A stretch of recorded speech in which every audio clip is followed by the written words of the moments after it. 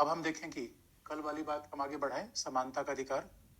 और ये भी आपको बता दें कि समानता के अधिकार में जो आर्टिकल 15 है, उससे अगर आप देखोगे प्रीवियस ईयर में तो क्वेश्चन वगैरह बहुत कम आए हैं, 15 मतलब न के बराबर है, 14 से आते हैं। अगर प्रीवियस ईयर क्वेश्चन पेपर आप देखोगे तो सारे प्रश्न आपको 14, 19 और 32 से दिखेंगे, ये 3 आर्टिकल से 99% सवाल। तो फिर भी हम हर पार्ट को देखते हैं, हमारे लिए तो हर इम्पोर्टेंट है हर आर्टिकल। और ये आप देखोगे कि जहाँ समानता की बात करते हैं तो अनुच्छेद 16 में आएंगे। अब अनुच्छेद 16 में हमेशा आरक्षण का मामला है, और आरक्षण के मामले पे आप बच्चों बोलना मधुमक्खी के छत्ते में हाथ डालने जैसा है। तो आप जानते हो कि आरक्षण में विवाद का विषय है, इसलिए बड़ा इंटरेस्टिंग पार्ट आप देखोगे, आरक्षण के विवाद से अनुच्छेद 16 से सवाल लगभग नहीं आते। मेंस में तो कभी नहीं आता, पीटी में कितनी बार कभी पूछ लिया गया है। तो ये बड़ा इंटरेस्टिंग पार्ट है कि जहाँ से बहुत विवाद है, बहुत चीजें हैं, वहां से सवाल एग्जामिनर कम पूछता है। हाँ, ये बात बड़ी इसके साथ ये भी ध्यान रखने की बात है, बल्कि राष्ट्रीय पिछड़ा वर्ग आयोग, राष्ट्रीय अनुसूचित जाति जनजाति आयोग, जो संवैधानिक संस्था है, उनसे सवाल बार बार पूछा जा रहा है, जबकि बड़ी बेसिक्स है। आरक्षण जो इतना विवादास्पद है, और चूंकि इसका मतलब भी है, कई बार आरक्षण के सारे मामले एक न्यायपालिका दूसरे न्यायपालिका में पड़े हुए हैं, इस विवाद के कारण भी यहाँ से प्रश्न बनने की संभावना थोड़ी कम होती है। लेकिन जरा हम विवाद देख लें कि आखिर में विवाद है क्या, आरक्षण का मामला क्या है, क्योंकि ये भी हमें जानना चाहिए कि हो सकता है कोई विषय बड़ा इंटरेस्टिंग हो लेकिन एग्जाम के हिसाब से इतना महत्वपूर्ण ना हो। तो अनुच्छेद 16 यानी समानता की बात को हम आगे बढ़ा दें तो आप ये बात तो हम बार बार आपको बता चुके हैं कि अनुच्छेद 16, पहले हम याद दिला दें आपको कि अनुच्छेद 16 में है क्या। और अनुच्छेद 16 में भी कई चीजें पहले से थी, कुछ बाद में जोड़ी गई, क्योंकि हमारा संविधान तो चलता रहता है, लोगों की मांग बदलेगी, सरकार बदलेगी, उसके हिसाब से चीजें भी चेंज होती है। अब आप देखोगे अनुच्छेद 16 में जो बात कही गई है आर्टिकल 16 में, तो आर्टिकल 16 क्लॉज 1 में आप जानते हो कि हमारे यहाँ पहला मामला तो यही शुरू होता है, सबके साथ समान व्यवहार, सब समान सब समान। उसके साथ भेदभाव भी होता है, क्योंकि वंचित वर्गों का उत्थान करना है, ये आपको हर जगह दिख जाएगा। यानी समानता के साथ भेदभाव आपको मिलेगा ही मिलेगा, यानी समानता के साथ संरक्षण वंचित वर्गों का आपको मिलेगा, चाहे अनुच्छेद 15 देखो, 16 देखो। इसलिए कहा जाता है कि हमारे यहाँ फंडामेंटल राइट निरपेक्ष नहीं है, वो प्रतिबंधों के अधीन है। यानी एक व्यक्ति के अधिकार ज्यादा बड़े होंगे या सामुदायिक हित, ये बड़ा महत्वपूर्ण मामला जाता है। और अगर एक व्यक्ति के अधिकार को आप असीमित कर दोगे तो समुदाय का हित खत्म हो जाएगा। इसलिए अगर आरक्षण देना चाहते हो, सामुदायिक हित की बात आती है, और नौकरियों में समानता दे रहे हो तो एक व्यक्ति के हित की बात आती है। इसलिए बार बार संरक्षण का मुद्दा कहीं न कहीं डिबेट में आ जाता है। फिर हम शुरुआत करें अनुच्छेद 16 के क्लॉज 1 में जो बात लिखी गई है कि राज्य के द्वारा, और अब हमें लगता है कि आप ये बात समझ गए होंगे कि राज्य का मतलब क्या होता है। राज्य का एक ही मतलब होगा फंडामेंटल राइट में, जो हमने अनुच्छेद 15 में आपको बता रखा है। तो राज्य का मतलब फिर वही संसद, संघ की कार्यपालिका, पंचायती राज, नगर पालिका, उसके बाद विश्वविद्यालय जो केंद्रीय है, एम्स है, वो सब राज्य में है। तो राज्य के द्वारा नियुक्ति और रोजगार में,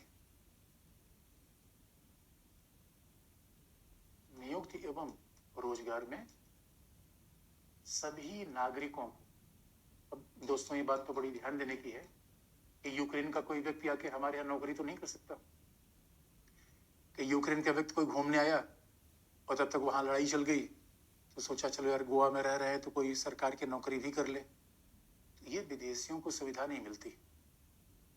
लेकिन हमारा जो नेपाल के साथ संबंध है, भूटान के साथ संबंध है, बड़ा खास किस्म का है, और नेपाल के साथ तो बड़ा खास किस्म का रोटी बेटी का संबंध है। इसलिए बड़ी इंटरेस्टिंग बात है कि नेपाल के लोगों को भारत की सरकारी सेवाओं में नौकरी का अधिकार है, यद्यपि वो भारत के नागरिक नहीं है। तो बड़ा दिलचस्प मामला हो जाता है। लेकिन संविधान के हिसाब से देखेंगे तो हमारे यहाँ सरकारी नौकरी के बाद जब आएगी तो केवल नागरिकों की बात आएगी। तो राज्य के द्वारा नियुक्ति और रोजगार में, अपॉइंटमेंट और एम्प्लॉयमेंट।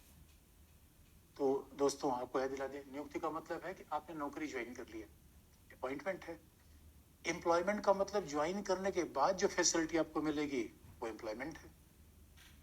यानी वेतन कैसा मिलेगा, भत्ता कैसे मिलेगा, आपको कैसे फंड सर्विस मिलेंगे, ग्रेटिट्यूटी मिलेगी, उसमें कोई अंतर किसी से नहीं होगा, सभी के साथ समान व्यवहार होगा। इसे राज्य के द्वारा नियुक्ति और रोजगार में सभी नागरिकों को अवसर की समानता दी जाएगी। यानी फिर अवसर की समानता आ गई। तो आप जानते हैं समानता का मतलब ही अवसर की समानता होता है।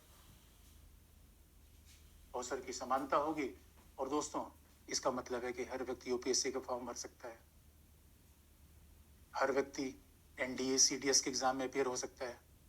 यहाँ पे अवसर की समानता का मतलब है कि कहीं ने जाति, लिंग, धर्म के आधार पर कोई भेदभाव नहीं होगा। इस बात को इसलिए अगले पार्ट में लिख दिया गया, इसलिए इस बात को क्लॉज 2 आर्टिकल 16 में और आगे बढ़ा दिया गया कि भी अवसर की समानता होगी। और हम बार बार आप कहते हैं कि संविधान दोस्तों ये नहीं बताता कि हम सबको आईएएस बना देंगे, ना भाई, ये तो अपनी क्षमता की बात भी आएगी। लेकिन फॉर्म भरने से किसी को रोका नहीं जाएगा। कोई फॉर्म भरने से रुक जाएगा? फॉर्म सब भरें, एग्जाम सब दें, ये अवसर की समानता है। उसके बाद पास होना ना होना उसमें व्यक्ति की जिम्मेदारी तो बनेगी। अब दूसरी बात है, अनुच्छेद 16(2) में फिर इसी का विस्तार कर दिया गया। यहाँ पे ये संभावना भी हटा दी गई कि किसी तरीके की राज्य की सेवाओं में और राज्य के नियुक्त रोजगार में कोई विषमता हो भी नहीं सकती, ये बात और लिख दी गई। जबकि कह दिया गया अवसर की समानता, इसका मतलब विषमता नहीं होगी, बल्कि संविधान निर्माता हर बात लिखना चाहते थे। इसका कारण यह भी था कि जिस समाज को संविधान दे रहे थे वहां संविधान की परंपरा बिल्कुल नई किस्म की थी। क्योंकि हमारे यहाँ तो पहले संविधान था ही नहीं, तो पहले परंपराएं थी, प्रथाएं थी, और वो सभी के लिए समान अवसर नहीं देती। इसलिए इतनी बारीक बातें वो लिख देते हैं। जबकि आप कहेंगे कि सर ये तो बताओ सभी को नागरिक अवसर की समानता होगी, फिर दूसरी बात लिखने क्या मतलब है? फिर उन्होंने लिखा कि इसलिए राज्य के द्वारा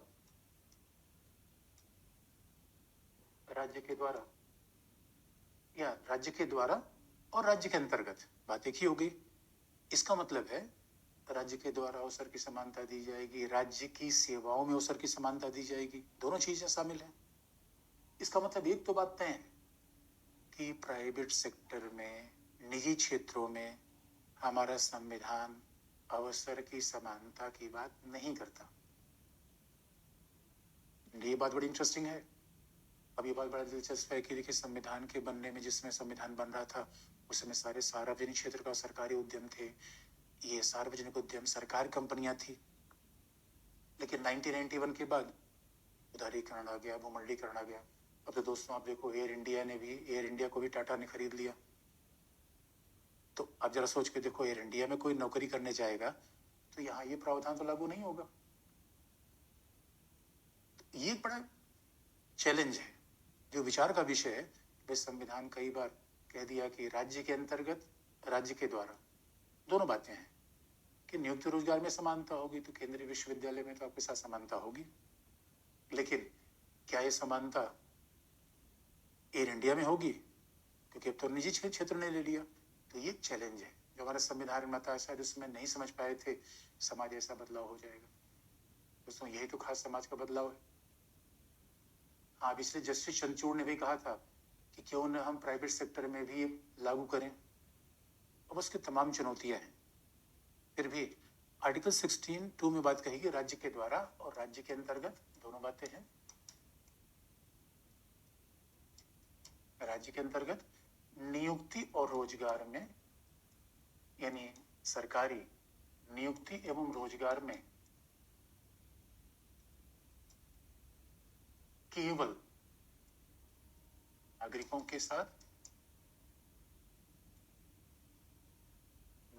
के साथ केवल धर्म, जाति, प्रजाति। दोस्तों जब भी आप संविधान में अंतर करोगे तो धर्म, जाति, प्रजाति तो हर आर्टिकल में लिखा होगा। जहां जहां ऐसे शब्द आते हैं जहां भेदभाव को मना किया गया है, याद करने का सटीक तरीका है, ये 3 तो हर जगह आपको दिखेंगे, रिलीजन, कास्ट एंड रेस। उसके अलावा कुछ चौथा एलिमेंट अलग हो सकता है। 3 तो हर जगह दिखेंगे। ये तो अनुच्छेद 15 में भी थे। उसके बाद लिंग, जन्म स्थान, इतनी बात तो अनुच्छेद 15 में भी थी। इनके आधार पर भेदभाव नहीं होगा।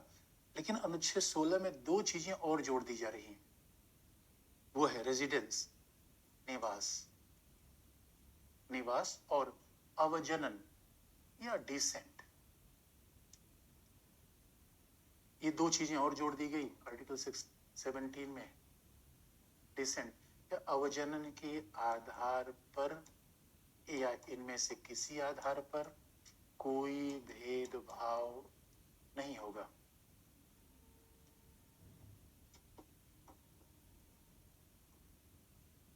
आप देखो दोस्तों, हर जगह आप आर्टिकल 14 को यूज कर सकते हो, क्योंकि आर्टिकल 14 पहला कहता है भाई सबके साथ समानता, तो सरकारी नौकरियों में राज्य के अंतर्गत सबके साथ समानता है।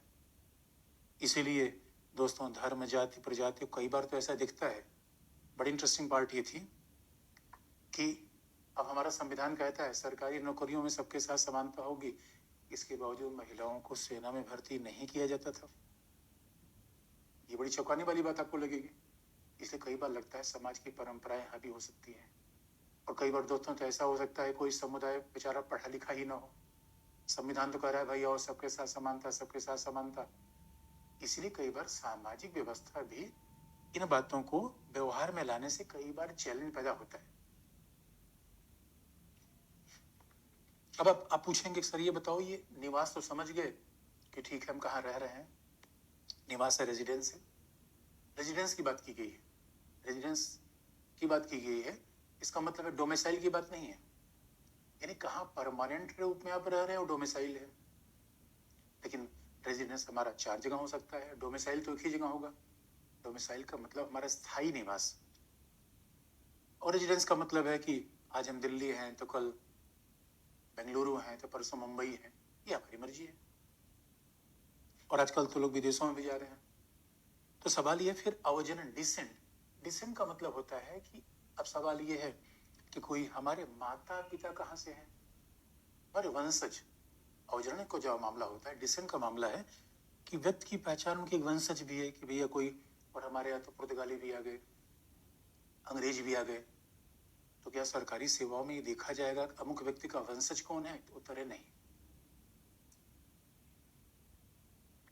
यानी हमारे यहाँ जो नागरिक हैं, तो राहुल गांधी अगर कल तो यूपीएससी फॉर्म भर नहीं सकते, एज खत्म हो गई, लेकिन राहुल भैया अगर यूपीएससी का फॉर्म देना चाहते तो ये नहीं पूछा जाता भैया उनकी माँ तो इटालियन है, ऐसा कैसे होगा? अदनान सामी भारत का नागरिक हो गए, अदनान सामी का बच्चा अगर भारत में यूपीएससी एग्जाम देना चाहे तो ये नहीं पूछा जाएगा यार इनके पिता तो पाकिस्तानी मूल के थे, इनके दादा तो पाकिस्तान के थे। ये हमारे यहाँ फर्क नहीं पड़ता।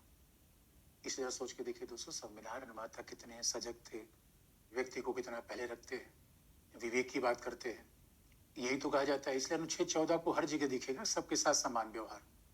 फिर भेदभाव वाली बात आ जाएगी, क्योंकि अब सवाल ही है अगर सबके साथ ऐसा समान व्यवहार करेंगे दोस्तों तो एक प्रॉब्लम आएगी, जो अंग्रेजी शासन के जाने के बाद थी भी।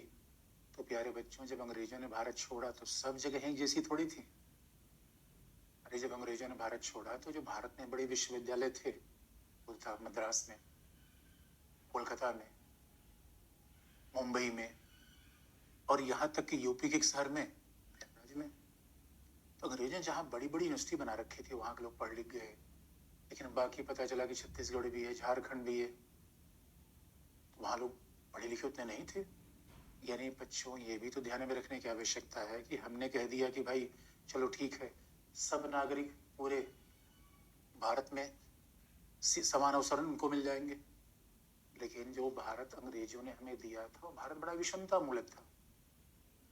और इसलिए आप देखोगे वो ऐतिहासिक विषमता कई बार आज भी दिखती है बिहार में, उत्तर प्रदेश में, उड़ीसा में, क्योंकि विषमता ऐतिहासिक चली आ रही है। और कई बार तो राज्य के अंदर भी विषमता हो सकती है कि राज्य में कुछ भूभाग, कुछ ऐसी जगह जो शहर में रहते हैं पढ़ लिख गए, बाकी जनजाति समुदाय के लोग पीछे छूट गए, क्षेत्र विशेष लोग पीछे छूट गए। और सवाल ये है कि भाई ठीक है अवसर की समानता आप दे दोगे, तो सभी की सामाजिक हैसियत एक जैसी तो नहीं थी। इसलिए आप देखोगे अगले ही कदम पर हमारा संविधान बस यही बात करता है, यही बात 14 में देखिए, 15 में देखिए, फिर 16 में भी देखेंगे। पहले पर यह समानता व्यक्ति का ही है, कोई भेदभाव नहीं, कोई नहीं, सब बराबर दोस्तों। दोनों को अगले क्षण में जाके अंतर हो जाता है, क्योंकि हमें ये विषमता को ध्यान में रखना था। विषमताएं कई प्रकार के संविधान में बता दी गए, और कई बार तो आजकल तो न्यायपालिका कह रही है भाई फिजिकल चैलेंज ये भी एक विषमता है जो संविधान वाले शायद नहीं देख पाए थे।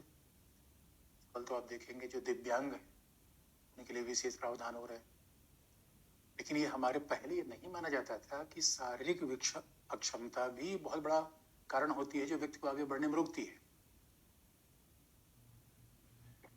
इसलिए समय के साथ चीजें बदलती जाती हैं, और अभी आप देखोगे बड़ा विवाद आ रहा है। जस्टिस सौरभ कृपाल अभी उनको न्यायाधीश बनाने की बात चल रही है, लेकिन कुछ लोग कह रहे हैं भाई जस्टिस सौरभ कृपाल जो हैं वो तो समलैंगिक संबंधों के समर्थक है, अब उनको कैसे राज्य के अंतर्गत ये पद दिया जाए। कई बार ऐसे विवाद आते रहते। अब इंटरेस्टिंग पार्ट ये है, फिर भेदभाव देखो, हमारा संविधान हर जगह ये कहता है नहीं भाई भाई भेदभाव होगा। यद्यपि भेदभाव आप याद रखो, भेदभाव दो प्रकार का होता है। एक भेदभाव होता है कि लोगों का शोषण करना है, एक भेदभाव होता है कि लोगों को उठाना है। भारतीय संविधान भेदभाव करता है लोगों को मुख्य धारा में लाने के लिए, लोगों को उठाने के लिए, शोषण करने के लिए नहीं। अब इसलिए भेदभाव कहां शुरू हो गया? अब जैसे ही अनुच्छेद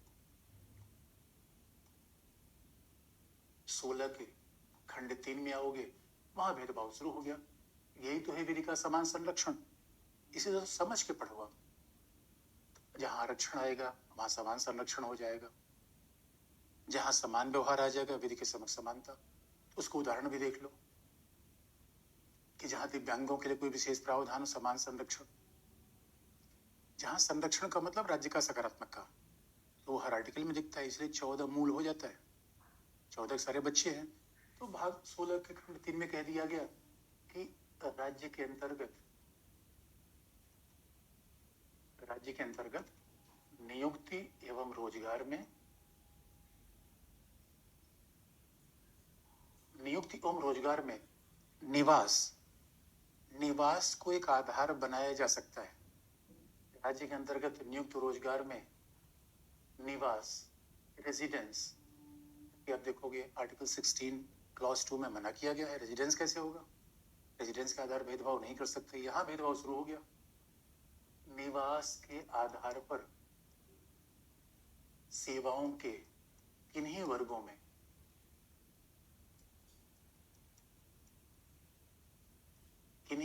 में भेदभाव किया जा सकता है।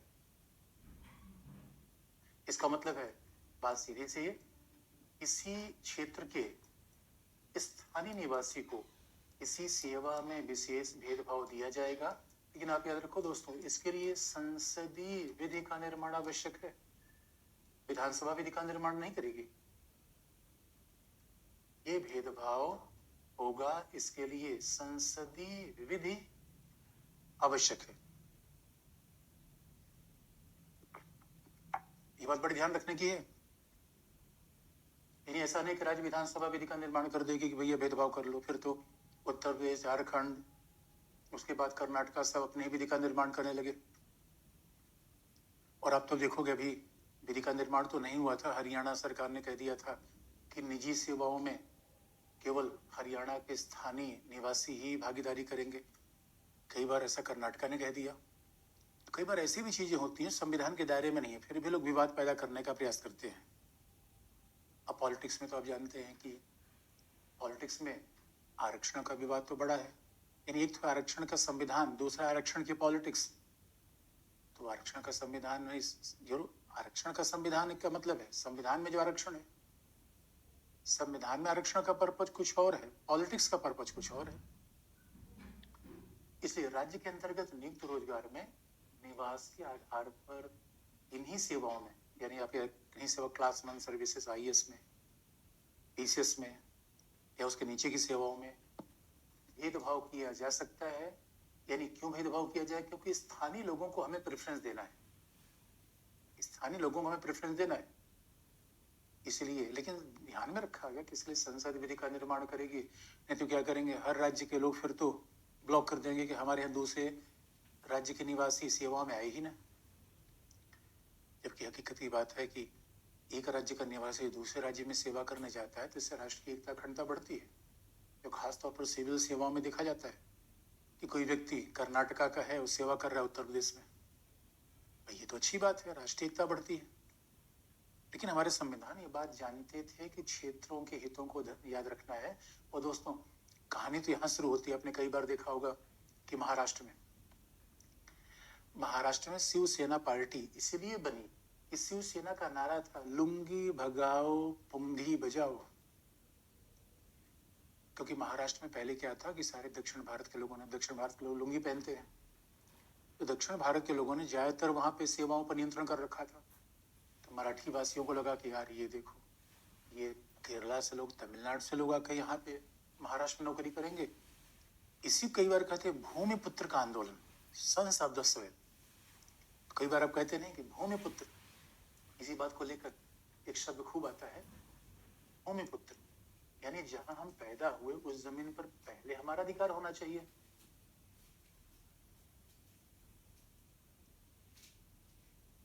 जहां हम पैदा हुए उस भूमि पर पहले हमारा अधिकार होना चाहिए, भूमिपुत्र का आंदोलन। तो भूमिपुत्र का मतलब है कि भाई जहां हम पैदा हुए इसका मतलब है कोई व्यक्ति अगर झारखंड में पैदा हुआ तो उसकी सेवाओं में पहला धरती का पुत्र वही है। आप कहें सर क्या बात कर रहे हो, धरती के पुत्र तो सभी है। ना मेरे प्यारे बच्चों, जो जिस जगह पैदा हुआ वो धरती का पुत्र है, बाकी बाहरी है। अब ये बड़े विवाद का विषय है, कहाँ कौन बाहरी है।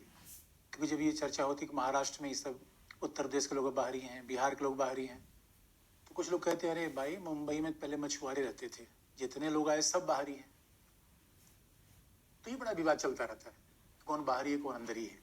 लेकिन हमारा संविधान देता है, लेकिन हमारा संविधान ये नहीं कहता भाई कि बाहरियों के साथ ऐसा भेदभाव करो। हाँ, जो स्थानीय निवासी उनको प्रेफरेंस दिया जा सकता है। कारण यह है कि भारत में क्षेत्रीय विषमता बहुत ज्यादा रही है और यहीं से भारत में क्षेत्रवाद भी उत्पन्न होता है।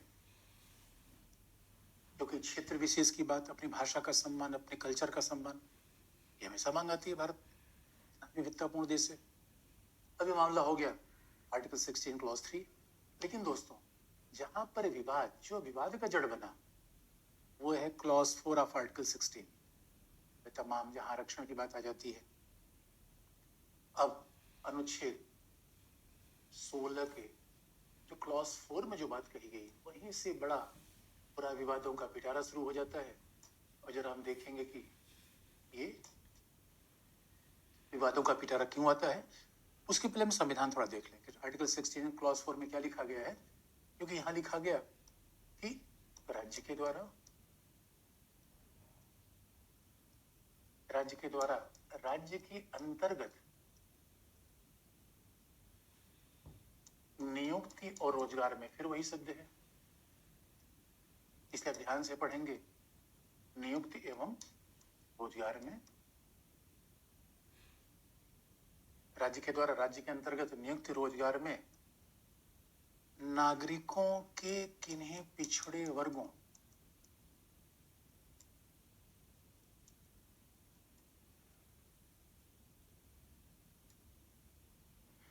के किन्हीं पिछड़े वर्गों को, नागरिकों के किन्हीं पिछड़े वर्गों को आरक्षण दिया जाएगा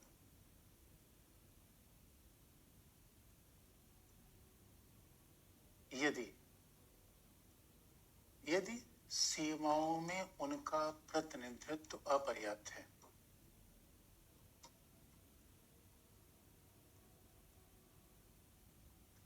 यदि सेवाओं में उनका प्रतिनिधित्व अपर्याप्त है। अब बड़ी इंटरेस्टिंग बात आ गई। देखिए दोस्तों, यहां तक तो बात एक ही जैसी थी आर्टिकल 16 के, तो कई बातें तो एक ही जैसी हैं, दो लाइन तो एक ही जैसी मिलती है। राज्य के द्वारा राज्य के अंतर्गत नियुक्ति में नागरिकों के साथ जो किन्हीं पिछड़े वर्गों को, दोस्तों क्लॉज 4 ऑफ आर्टिकल 15 में लिखा गया है सामाजिक और शैक्षिक रूप में पिछड़े वर्गों को। यहाँ सामाजिक शैक्षिक रूप में पिछड़े वर्गों को, फिर लिखा गया अनुसूचित जाति जनजाति को। यहाँ केवल एक शब्द का प्रयोग है, इसलिए कभी तुलना कर लीजिए क्लॉज 4 आर्टिकल 15 से, क्योंकि ये आर्टिकल बड़ा महत्वपूर्ण है, विवाद में हमेशा रहता है। कई बार ऑब्जेक्टिव एग्जाम में सब पूछा जा सकता है क्लॉज 4 आर्टिकल 16 में क्या है, क्योंकि ये विवाद का विषय होता है। बहुत चर्चा में रहता है ये। तो नागरिकों के किन्हीं पिछड़े वर्गों को आरक्षण दिया जाएगा यदि सेवाओं में उनका प्रतिनिधित्व क्या है, अपर्याप्त है। बात ध्यान रखने की है। यदि सेवाओं में उनका, अब सवाल यह है कि यही पर आरक्षण क्यों दिया जाएगा, कितना पर्याप्त माना जाए, मतलब पर्याप्त कितना माना जाए भाई। 100 नौकरी है तो कैसे पर्याप्त माना जाए, 10, 20, 30। अब इसी बात की व्याख्या करें। और जब हम पिछड़े वर्ग को न माने जाएंगे तो दोस्तों जो पिछड़े वर्ग है वो सामाजिक शैक्षिक रूप में पिछड़े वर्ग हैं। तो आप कहोगे सर ये बताओ अनुसूचित जाति जनजाति वो भी पिछड़े वर्ग हैं। तो अब यही इसी बात को हम आर्टिकल क्लॉज 4 ऑफ 16 को बढ़ा दे और फिर देखें कि आरक्षण का पूरा विवाद क्या है, आरक्षण क्यों होना चाहिए। क्योंकि आर्टिकल क्लॉज 416 आरक्षण की बात करता है। क्लॉज 415 ने कहता है विशेष उपाय किया जाएगा। विशेष उपाय में आरक्षण भी हो सकता है, कुछ और भी हो सकता है। विशेष उपाय तो स्पष्ट नहीं है। तो विशेष उपाय तो बड़ा शब्द है कि विशेष उपाय में आरक्षण भी दे देंगे, कुछ और कर देंगे। यहाँ तो केवल आरक्षण की बात है, रिजर्व किया जाएगा। तो अब जरा देख लें आखिर में आरक्षण क्यों होना चाहिए, क्या होना चाहिए, कितना बड़ा विवाद है, और हम कुछ पॉइंट में बात को बताने का प्रयास करें। क्योंकि दोस्तों हमें लिखना पड़ेगा तो हमें एकदम कॉन्क्रीट बात चाहिए। बात तो होता रहेगा, मैं 4-5 पॉइंट लिखना चाहिए। तो अब जरा देखा जाए, सवाल है ये आरक्षण का मामला है क्या, रिजर्वेशन का मामला है क्या। तो देखो दोस्तों, अगर रिजर्वेशन की बात हम कर रहे हैं, इसके पक्ष में भी कुछ कहा सकता है, विपक्ष में, फिर हम संविधान पर आएंगे। एक सामान्य सी बात करें तो अभी आपने देखा होगा सूर्य कुमार यादव, क्या बैटिंग किया दोस्तों, धनाधन मार के। तो सवाल ये है बीसीसीआई में तो कोई रिजर्वेशन नहीं है। इसका मतलब है अक्षय कुमार फिल्मों में चले गए, शाहरुख खान बड़े आप देखोगे दोस्तों जितने भारत में बड़े बिजनेसमैन हैं, एक आध दो छोड़ दो, बड़े उद्योगपति हैं, बड़े फिल्मों में लोग हैं, प्रशासन में भी बड़े पदों पर गए, बड़े सामान्य परिवार से आगे बढ़े। कई लोग ही कहते हैं कि यार देखो आरक्षण के विरोध क्यों किया जाता है आरक्षण का, फिर हम उसका निष्कर्ष निकालेंगे। लेकिन आरक्षण की शुरुआत में अगर हम देखें कि समर्थन और विरोध क्यों है, आरक्षण का फिर विरोध क्यों हो जाता है, और चूंकि संविधान ने लिखा है तो समर्थन की बात आनी पड़ेगी। इस समर्थन से पहले हम ये देख लें कि दोस्तों आरक्षण का विरोध क्यों हो जाता है। तो अब देखो बात एक ही है कि दुनिया भाई प्रतिस्पर्धा की है, तो कहा जाता है आरक्षण प्रतिस्पर्धा के खिलाफ है। यानी दोस्तों एक ही बात है, अब नीरज चोपड़ा ज्यादा भाला फेंकेंगे गोल्ड मेडल मिलेगा। और कहा भी जाता है दोस्तों अगर मानव में प्रतिस्पर्धा नहीं रहेगी फिर तो मानव का जीवन अक्षम हो जाएगा, आगे बढ़ेगा ही नहीं। कंपटीशन से लोग आगे बढ़ते हैं, सबका फायदा होता है। वो कई लोग कहते हैं देखो दोस्तों आरक्षण का विरोध क्यों किया जाता है, कहते भाई देखो ये समानता के विरुद्ध है, भाई सभी को अवसर समान दीजिए, आप सभी को समान अवसर दीजिए। ऐसा ही क्यों आप कह रहे हैं कि भाई इनके साथ हम इनको आरक्षण दे देंगे। इसका मतलब फिर तो आपने अवसर की समानता के खिलाफ काम किया है। तो तरफ कह रहे हैं अवसर की समानता देंगे, फिर कह दे रहे हैं आरक्षण देंगे। और हकीकत की बात है कि ये तो फिर हमारी आजादी के भी खिलाफ हो गया। भाई हमें आजादी किसी व्यवसाय का हम चयन करें। अब लेकिन कोई व्यवसाय अगर किसी विशेष के लिए आरक्षित हो गया फिर तो बाकी लोगों से वंचित हो गया। इसलिए आरक्षण की बात में खास तौर पर कहा जाता है देखो यार ये कुशलता के खिलाफ है।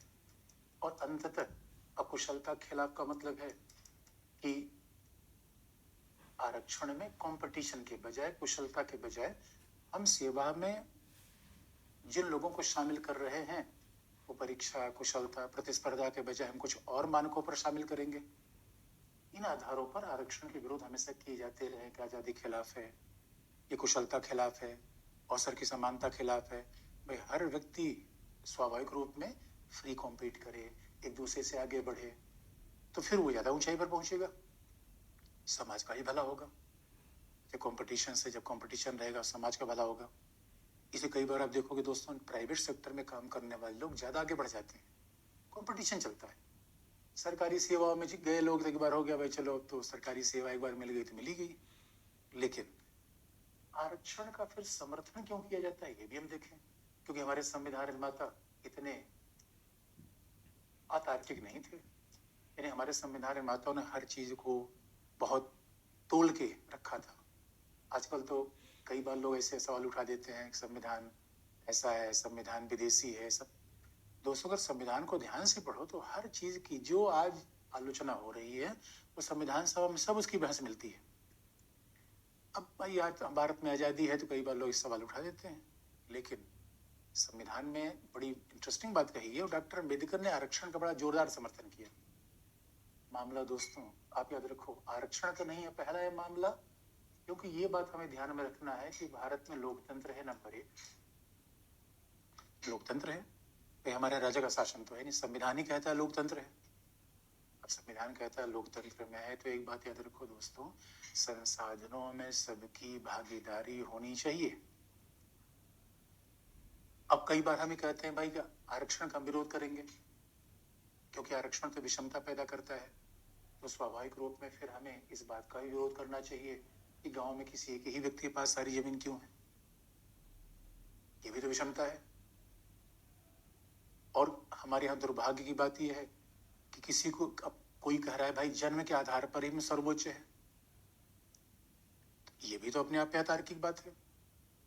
कोई भाई प्रतिष्ठा जो इसने कोई कर्म किया, कर्मशील बना, उसके आधार पर सर्वोच्चता मान सकते हैं, जन्म के आधार पर किसी को सर्वोच्च मान ले दोस्तों। इसलिए बच्चों ये बात याद रखो, लोकतंत्र का मतलब क्या है, जितना जिसकी संख्या होगी उसकी उतनी भागीदारी हमें देना पड़ेगा, यही तो लोकतंत्र है। अब भागीदारी कैसे देना पड़ेगा, स्थापित करके। और समानता का मतलब क्या है, संसाधनों का वितरण।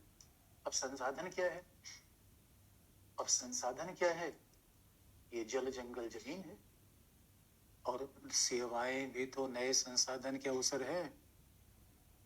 इसलिए अगर किसी व्यक्ति को हमने कह दिया भैया आपको हमने 10 हेक्टेयर जमीन दे दिया, और हमने कहा ना भाई 10 हेक्टेयर जमीन लोगे तो IAS अधिकारी बनोगे, तो आप हो गए अरे सर IAS अधिकारी बनूंगा, क्योंकि अधिकारी बनने के बाद तो 10-20 हेक्टेयर जमीन वैसे खरीद लूंगा। इसलिए मामला आरक्षण का नहीं है, मामला संसाधनों के वितरण का है। दोस्तों आप याद रखो, गांव में 50 लोग हैं, सारे संसाधन 5 लोगों के हाथ में सीमित है, ये तो वैसे ही समानता खिलाफत है जो हमारे संविधान का बिल्कुल फंडामेंटल पॉइंट है।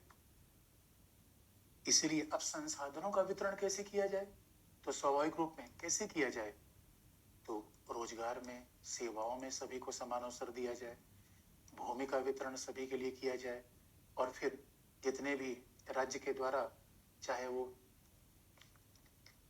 ठेके हो, लाइसेंस हो, लीज हो, ये भी तो सबके लिए समान अवसर, ये भी संसाधन है। ठेकेदारी से भी लोग पैसा कमा रहे हैं, लाइसेंस और कोयले खान लीज से भी, तो रोजगार में, भूमि में, और समाज के अन्य संसाधन जैसे लाइसेंस यानी कोटे, इनमें भी सबको समान अवसर दिया जाए, यही तो संसाधनों का वितरण है। इसलिए मामला आरक्षण का नहीं है, मामला न्याय का है। मामला आरक्षण का नहीं है, मामला समानता का है। और इसलिए दोस्तों जब हम बात कहते हैं कि भाई सबको प्रतिस्पर्धा खिलाफ है, समानता खिलाफ है, तो हकीकत की बात है कि दोस्तों जब व्यक्ति पैदा होता है तो प्रतिस्पर्धा के साथ पैदा नहीं होता, तो उसकी आवश्यकताएं ज्यादा होती है। व्यक्ति बूढ़ा हो जाता है तो प्रतिस्पर्धा उसमें नहीं रहती, उसकी आवश्यकताएं ज्यादा होती है। प्यारे बच्चों, हम समाज को जंगल के नियमों के आधार पे नहीं चला सकते। देखो जंगल का नियम अलग होता है, जो शक्तिशाली होता है वही शासन करेगा। तो शेर जब बूढ़ा हो जाता है तो मार के बाकी जवान शेर से खदेड़ देते। परिवार में ऐसा नहीं होता, परिवार में तो बूढ़ों का बड़ा सम्मान है। इसीलिए आप कहो कुशलता प्रतिस्पर्धा, अरे भाई कुशलता प्रतिस्पर्धा अपने आप में सापेक्षिक है। अब जो व्यक्ति किसी आदिवासी क्षेत्र में पैदा हुआ, पढ़ने का मौका नहीं मिला, स्कूल गया ही नहीं, विश्वविद्यालय गया नहीं, आप कहो कुशल नहीं है। इसीलिए कहा जाता है कि हमने आरक्षण का प्रावधान किया, और ये सारे उसके पीछे तर्क है। लेकिन अब संविधान की बात पर आ जाए, क्लॉज 4 ऑफ आर्टिकल 16 पर आ जाए, तो यदि कोई आपसे पूछे भाई आरक्षण के तर्क क्या है, विपक्ष में क्या है, तो 3-4 पॉइंट आपके पास होने चाहिए। अब सवाल ये है कि ठीक है आरक्षण दिया तो जाए, लेकिन आरक्षण का आधार क्या बने, किसको दिया जाए। और दोस्तों यही विवाद होता है। हकीकत की बात है कि अगर हम आरक्षण का विरोध कर रहे हैं तो आप याद रखो अपने संविधान का विरोध कर रहे हैं। अरे भैया संविधान ही इस देश का सर्वोच्च दस्तावेज है, उसी का विरोध करेंगे तो फिर नागरिक किस बात के, फिर कैसा राष्ट्रवाद। इसलिए एक बात याद रखें, संविधान का विरोध करना उचित नहीं है। और दूसरी बात, समानता का विरोध करना तो वैसे भी ठीक नहीं है। दोस्तों, परिवार में ही अगर आप कहोगे कि हम समानता स्थापित नहीं करेंगे, परिवार ही टूटेगा, तो समाज भी तो खतरे में आएगा। यानी ऐसा समाज खतरनाक हो जाएगा जहां कुछ लोग खा के मर रहे हैं, कुछ लोग बिना खाए मर रहे हैं। ये नहीं होना चाहिए। ऐसा नहीं दोस्तों कि इसलिए किसी कवि ने कहा कि लपक चाटते जूठे पत्ते जिस दिन देखा मैंने नर को, उस दिन सोचा क्यों न लगा दूं आज आग इस दुनिया भर को। ये ध्यान रखने की बात है। मानवता में ऐसी विषमता नहीं होनी चाहिए कि कोई किसी को खरीद ले, कोई दास हो जाए, कोई मालिक हो जाए। इसे समानता होनी चाहिए। तो आरक्षण का विरोध आप नहीं कर सकते, निष्कर्ष समय याद रखिए। लेकिन अब सवाल है कि विवाद किस पे आता है, किनको आरक्षण दिया जाए, कितनी मात्रा में दिया जाए, किनको बाहर रखा जाए, यही से विवाद है। तो बात आती है कि आरक्षण का आखिर में आधार क्या होना चाहिए, किसको दिया जाए। अब यहीं पे सारे विवाद शुरू होते हैं कि आरक्षण का आधार क्या होना चाहिए। तो दोस्तों, हमारा संविधान कहता है पिछड़े वर्ग को आरक्षण दिया जाए, नागरिकों के पिछड़े वर्ग को। तो नागरिकों के, हमारा संविधान क्या कहता है कि नागरिकों के पिछड़े वर्ग को आरक्षण दिया जाए। तो दोस्तों, इस नागरिकों के पिछड़े वर्ग का तो सीधा सा मतलब होता है कि जो सामाजिक और शैक्षिक रूप में पिछड़ा वर्ग है। यानी और सामाजिक और शैक्षिक रूप में पिछड़ा वर्ग कौन है? पिछड़ी जाति है। अगर आपको याद होगा तो यही बात तो मंडल आयोग ने कही थी। तो एक बात तय हो गई कि किसको आरक्षण दिया जाए, पिछड़ी जाति को दिया जाए। अब आप कहेंगे, लेकिन आप कहोगे सर ये बताओ अनुसूचित जाति जात। हाँ, इसलिए दोस्तों पिछड़ों में भी कुछ पिछड़े हैं। इसलिए पिछड़ों में पिछड़ा कौन है? अनुसूचित जाति जनजाति। ये पिछड़ों में भी पिछड़े हैं। सूचित जाति जनजाति तो पिछड़ों में पिछड़े हैं। इसका मतलब है पिछड़ों में अगड़ा, पिछड़ों में पिछड़ा। इसलिए कई बार हम पिछड़े वर्ग को ओबीसी कहते हैं, other backward caste, other than SC and ST, तो अदर बैकवर्ड कास्ट कहते हैं। और मेरे दोस्तों, आपको याद दिला दें कि ये मामला कि पिछड़े वर्गों को आरक्षण दिया जाए, सामाजिक और शैक्षिक रूप में पिछड़े वर्गों को दिया जाए, कल भी आपको बात मैंने याद दिलाई थी। सामाजिक पिछड़ा वर्ग का मतलब है कि जो जातिवादी व्यवस्था में पिछड़ गए, और शैक्षिक पिछड़ापन का मतलब जातिवादी व्यवस्था में पिछड़े गए तो शिक्षा के अवसर कम मिल पाए। अब आर्थिक रूप में पिछड़ा, तो आर्थिक रूप में भी पिछड़े लोगों को आरक्षण दिया जाए, ये भी बात का विषय बना। तो दोस्तों, आपको याद दिला दें, ये मामला जब अब न्यायपालिका की राय भी देख लें कि आरक्षण का मामला जब बीपी सिंह ने 1990 में आरक्षण दिया, तब मामला उच्चतम न्यायालय के पास गया। उस समय उच्चतम न्यायालय ने इंदिरा साहनी बनाम भारत संघ, 9 न्यायाधीशों की बेंच थी। इंदिरा साहनी, जिसको लोकप्रिय रूप में कहा था मंडलवाद, इंदिरा साहनी बनाम भारत संघवाद में भी उच्चतम न्यायालय ने कहा कि हाँ, पिछड़ेपन का मतलब होता है सामाजिक पिछड़ापन। इंदिरा साहनी बनाम भारत संघवाद में उच्चतम न्यायालय ने ये बात 1992 में कह दी कि भाई देखो, हमारे यहाँ पिछड़ी जाति का मतलब है पिछड़ा वर्ग, और पिछड़ा वर्ग मतलब पिछड़ी जाति, और सामाजिक रूप में पिछड़ापन है तो आरक्षण दे दिया जाए, उसमें कोई प्रॉब्लम नहीं है। लेकिन अब आरक्षण पिछड़ी जातियों को दिया जाए, उसमें उच्चतम न्यायालय ने थोड़ा एक पेंच भी लगा दिया। उच्चतम न्यायालय ने कहा भाई यार ये देखो, आरक्षण पिछड़ी जाति को दिया जाए, लेकिन पिछड़ी जाति में कुछ ऐसे लोग हैं, मान लो जो पिछड़ी जाति के हैं, अब आईएएस ऑफिसर बन गए हैं, क्या उनके बच्चों को भी आरक्षण मिले? अब है तो पिछड़ी जाति में, लेकिन कर्नल हो गए, जनरल हो गए, सेना में चले गए। है तो पिछड़ी जाति के, लेकिन उनका जो सालाना टर्नओवर है वो 50 करोड़ रुपए है, 20 लाख है। कि ऐसे भी लोगों को ये मान लिया जाए कि वो अभी भी पिछड़े हैं, तो उच्चतम न्यायालय ने कहा भाई नहीं, देखो ये मामला ठीक नहीं है। इसका मतलब पिछड़ों में कुछ पिछड़े हैं, अनुसूचित जाति जनजाति है, पिछड़ों में कुछ अगड़े हैं, वो क्रीमी लेयर है। तो बच्चों क्रीमी लेयर का विचार संविधान में नहीं लिखा गया है। क्रीमी लेयर का विचार उच्चतम न्यायालय ने इंदिरा साहनीवाद में दिया। इंदिरा साहनीवाद में क्रीमी लेयर का विचार दिया। और बात ध्यान रखने की है, क्रीमी लेयर का मतलब है पिछड़ों में अगड़े। और ये भी बच्चों याद दिला दें, अनुसूचित जाति जनजाति के लिए कोई क्रीमी लेयर का विचार लागू नहीं होता।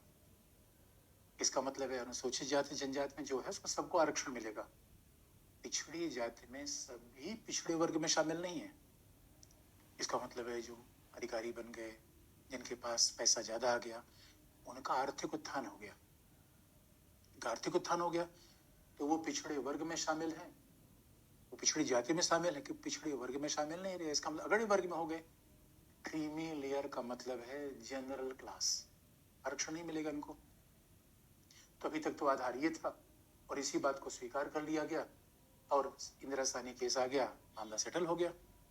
लेकिन अभी आपने देखा होगा एक और आधार आ गया, आधार एक और आ गया और 103वें संविधान संशोधन से बात यहां पर आ गई। 103वें संविधान संशोधन से कहा गया कि ना भाई,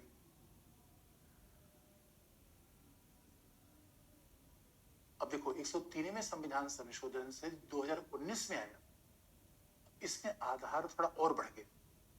तो ये कह दिया गया अब 103वें संविधान संशोधन के द्वारा, देखो दोस्तों यहीं पे मामला, और 103वें संविधान संशोधन से अनुच्छेद 15 का क्लॉज 6 जोड़ा गया। अनुच्छेद 15, आप कहोगे सर अनुच्छेद 15 का क्लॉज 5 क्या है? अनुच्छेद 15 का क्लॉज 5 पहले से संविधान में है, छठा जोड़ा गया। और अनुच्छेद 15 का क्लॉज 5 बड़ा सिंपल सा है कि यदि किसी धार्मिक समूह के द्वारा, ट्रस्ट के द्वारा, उस ट्रस्ट में किसी को नौकरी दी जा रही है तो उसमें उस समुदाय के लोगों को वरीयता दी जाएगी। तो अनुच्छेद 15(5) सरकारी सेवाओं संबंधित नहीं है। अनुच्छेद 15(5) तो सही मामलों में किसी धार्मिक समूह के द्वारा किसी धार्मिक संगठन में, अब स्वामी नारायण संप्रदाय है, अब वो कह रहा है भाई हम किसी की भर्ती करेंगे अपने सेवा करने के लिए, तो भर्ती में किसको कर सकता है? वो अपने समुदाय के लोगों को। क्लॉज 5 ऑफ आर्टिकल 16 है, उसमें कोई प्रॉब्लम रही नहीं, इसलिए क्लॉज 6 जोड़ा गया 103वें संविधान संशोधन के द्वारा।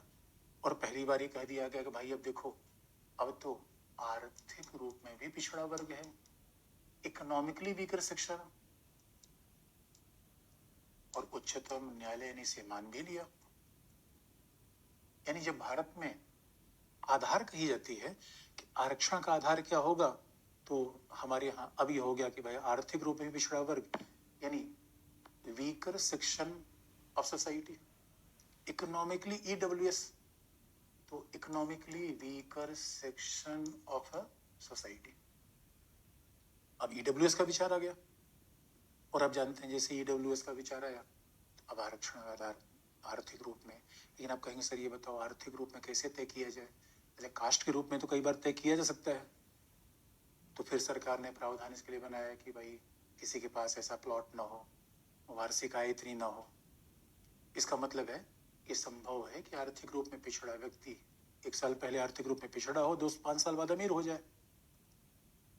अच्छा, जाति में परिवर्तन संभव तो नहीं होता भाई। आर्थिक रूप में पिछड़ा वर्ग का मतलब है कि यहाँ पे जो आर्थिक वर्ग को पिछड़ा जो आरक्षण मिला, उस पर कुछ लोगों ने विवाद कर दिया। उन्होंने कहा भाई देखो ये भेदभाव ठीक नहीं है, क्योंकि दोस्तों आप अनुच्छेद 14 में आप जानते हो कि राज्य को भेदभाव करने का अधिकार है, और राज्य भेदभाव कैसे करेगा? विधि से, संविधान संशोधन से। लेकिन वो भेदभाव तार्किक है अतार्किक है, इसका परीक्षण उच्चतम न्यायालय करेगा।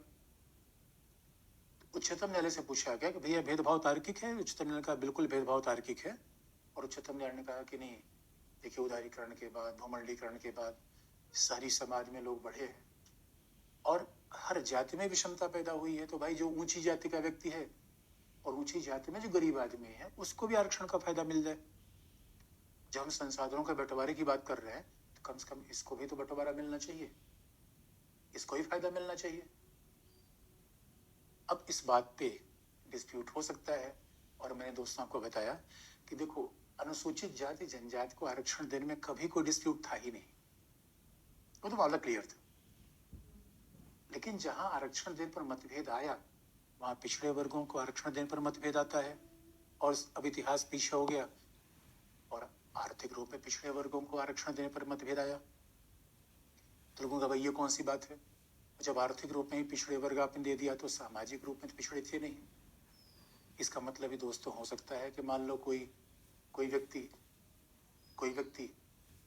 निम्न जाति का हो और आईएएस ऑफिसर हो, अब उसके यहाँ जो व्यक्ति झाड़ू लगाने वाला हो ऊंची जाति का हो, लेकिन आप कहोगे नहीं नहीं, उसे ऊंची जाति वाले को आरक्षण नहीं मिलना चाहिए क्योंकि वो तो सामाजिक रूप में पिछड़ा नहीं है, ऊंची जाति पैदा हुआ है। अब लेकिन उच्चतम न्यायालय कह रहा है कि अरे भाई, जो झाड़ू लगा रहा है उसकी आर्थिक स्थिति खराब है, तो केवल सामाजिक हैसियत के आधार पर आरक्षण आप नहीं दे सकते। और सामाजिक हैसियत ग्रामीण समाज में ज्यादा देखी जाती है, शहरों में सामाजिक हैसियत की आर्थिक हैसियत दिखती है। फिर भी ये विवाद का विषय बना। और याद रखो दोस्तों, ये बात तो कहा भी जाता है, देखो यहीं से आरक्षण की राजनीति शुरू होती है। और संविधान का उद्देश्य क्या था, आरक्षण का मतलब समानता के लिए दिया जाए, सामाजिक न्याय के लिए दिया जाए। राजनीति तो शुरू हो गई 1990 से ही, और ये अभी तक चल रही है। और हकीकत की बात यह है, चूंकि लोग 1990 वाली घटना भूल गए, 1990 में बीपी सिंह सरकार ने जब आरक्षण दिया तो उसका कॉन्टेक्स्ट आपको बता दें, बीपी सिंह सरकार के पास बहुमत नहीं था, और बीपी सिंह सरकार के जो उप प्रधानमंत्री थे देवीलाल थे। और संयोग की बात थी, देवीलाल हरियाणा के बड़े नेता थे, कद्दावर नेता थे।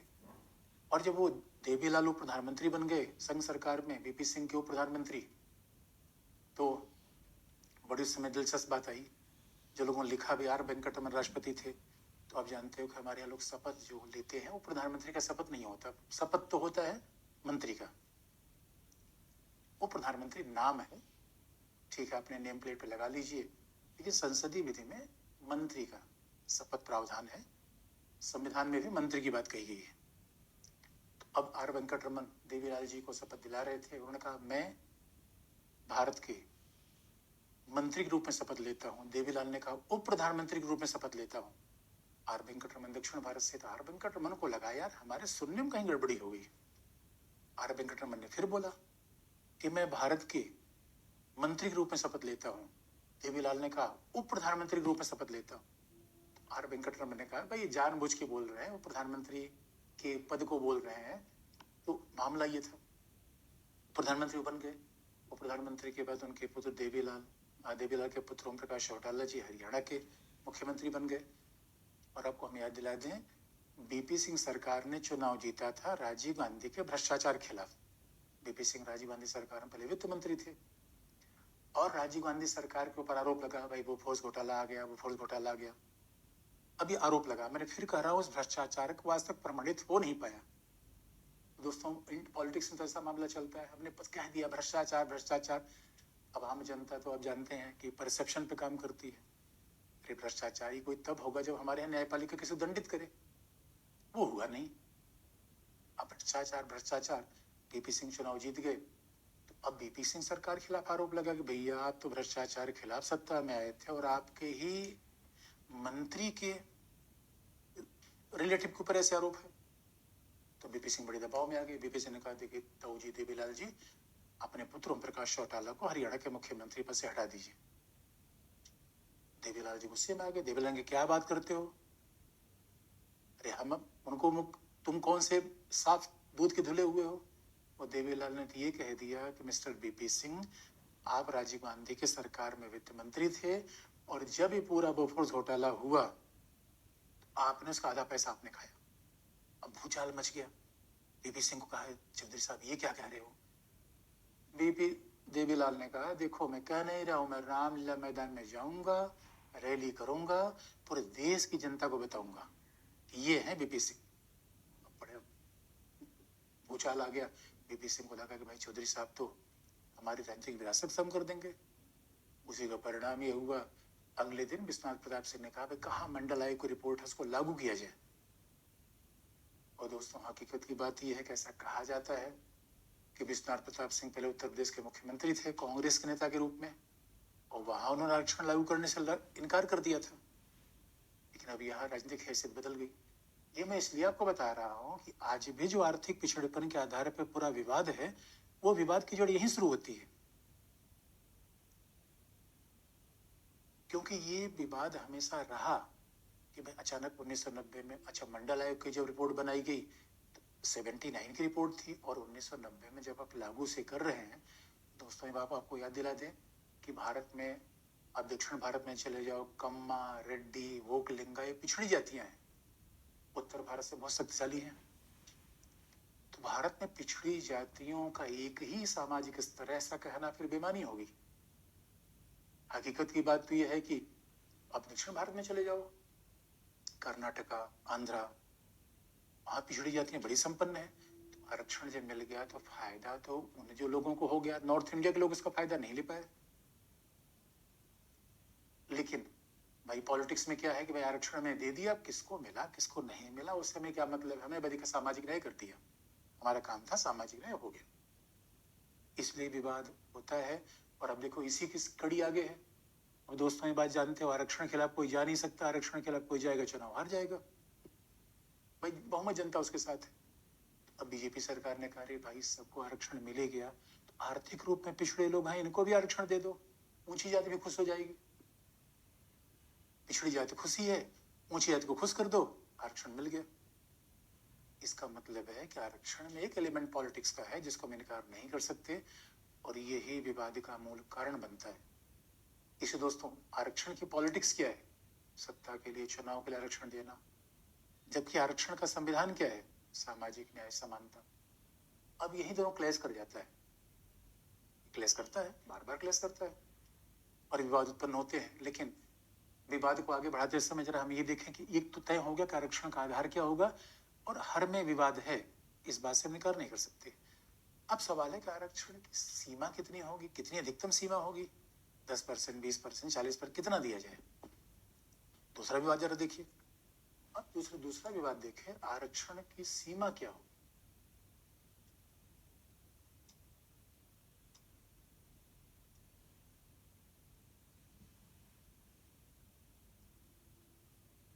लिमिटेशन क्या होगा? तो आपको याद दिला दे, हमारे अनुसूचित जाति जनजाति को 1955 से आरक्षण मिल रहा है, उसमें कोई विवाद था भी नहीं। तो अनुसूचित जाति, शेड्यूल कास्ट को अनुसूचित जाति को जो आरक्षण मिला वो है 15%। अनुसूचित जनजाति को आरक्षण मिला